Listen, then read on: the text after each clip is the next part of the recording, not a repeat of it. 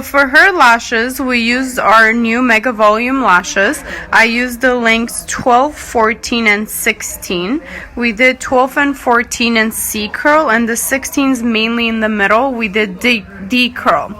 They're all the 0.05, which is the only thickness they come in at the moment. It's because they look the nicest for these lashes. So if we have a lot of requests to have them in different thicknesses, we will, but for now they only come in the 0.05. And again, what I did is I started the shorter, the 12s in the outer and inner corners, 14s about here, and mainly 16s in the center.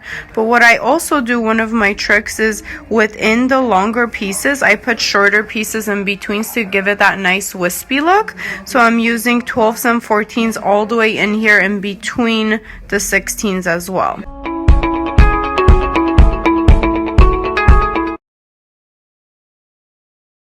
We are using the Yegi Premium Adhesive. We will link all the products below, so just pay attention so you can learn the most and don't worry about writing anything down. So we did actually fill in her eyelashes. She had some old ones on there that ideally I would want to remove them, but for our time purposes, for mine and her time, we didn't have time to remove them and do a fresh set, so we just kind of let them stay in there, and those are kind of like the ugly ones you see, so ignore those. And that's mainly because of wear and tear and wearing a lot of makeup, because she is an artist, and I will reveal who she is at the end.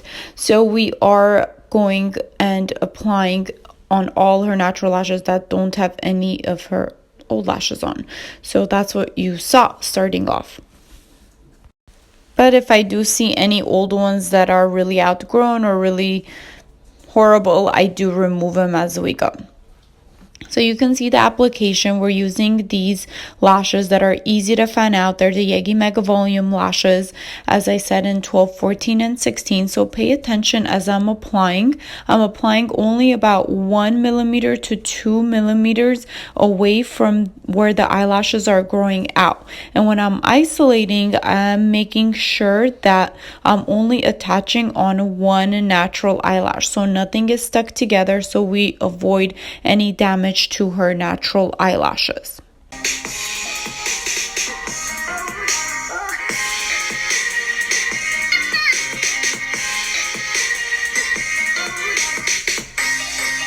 And again, I am jumping around the eyes, so going from the inner corner to outer corner to the center to allow some of the lashes to dry. And look, here's the picture of the isolation. That's how clean you want all of your isolations to be, okay? You want to see clearly one natural eyelash in between those curved tweezers.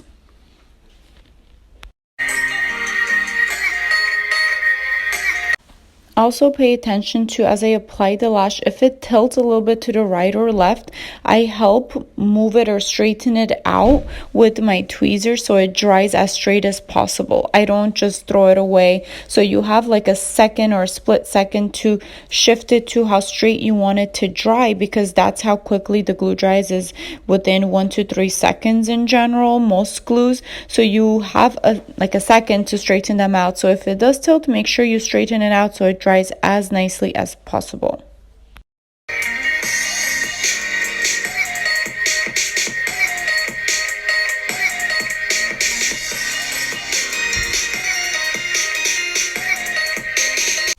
And your goal is also, as you're selecting the eyelashes, to fan them out so that fans are as wide as you want them to be, or the wider the fluffier it will look. Sometimes it is harder to fan them out, but with these lashes it makes it a lot easier. They almost self-fan.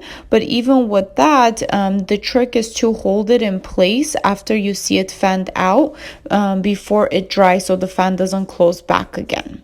So look at that. The fans should look just like that, nice and wide and open. Okay, and we are using the glue rings to hold our glue. That's where I'm dipping the glue in to make the application process faster instead of putting it on a jade stone.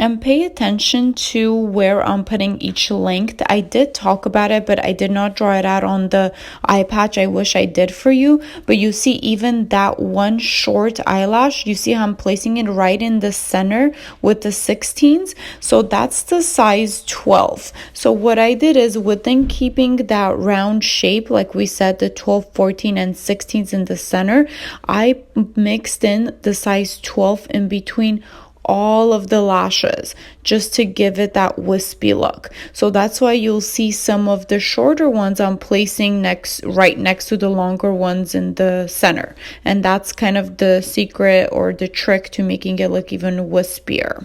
Even though these mega lashes are already wispy within each strip, but if you want it like noticeable wispiness, kind of like a false eyelash look, see, like in this picture, I paused this so you can really see I'm putting the 12, that short length, right in the middle next to the 16th. And that's what's going to give me that really awesome wispy look.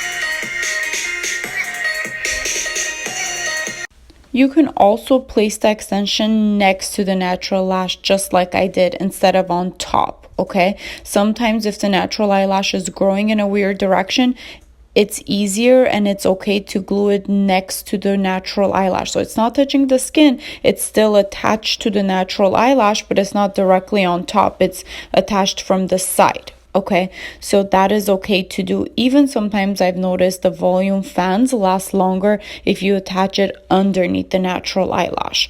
For her specific eyelashes, I didn't feel like I needed to do that. They were bonding really well. But anytime you're struggling, if you feel like they're not bonding that well when you're attaching it on top or on the side, go ahead and attach underneath. Then they'll most likely be bonding way better.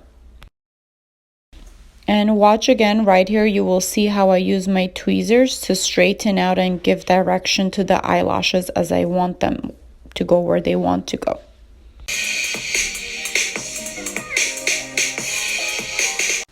Now, as they're starting to look fuller, it's harder to find any bare natural eyelashes to place more on. So I'd really fish in there and just go in with both of my tweezers to see where I can place more of them, because our goal is to place them on every single natural eyelash.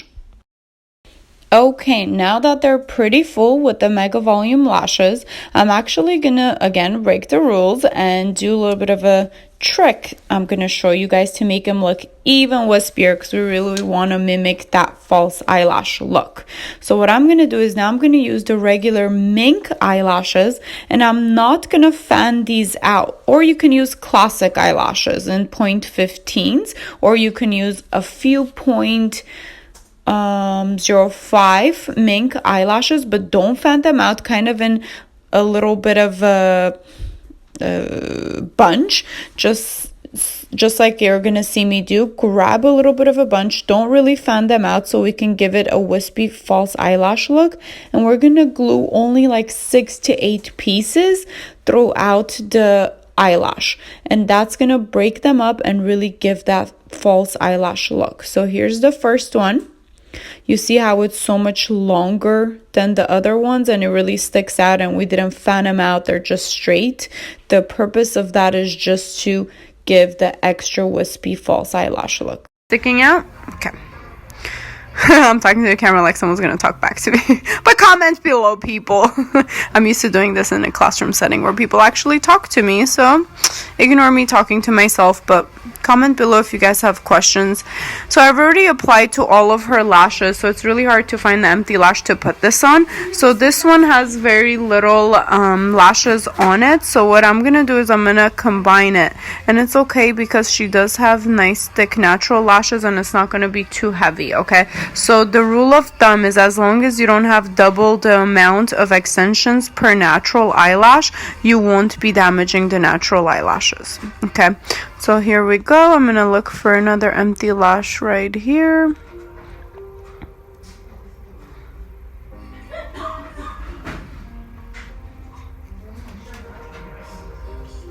And I grabbed another few pieces and dip it in the glue, and I'm gonna apply it right on the natural lash. So just put 8 pieces like that. That will stick out and give that final look. All right, I'm gonna turn off the camera, add a few more, and I will show you guys the final look.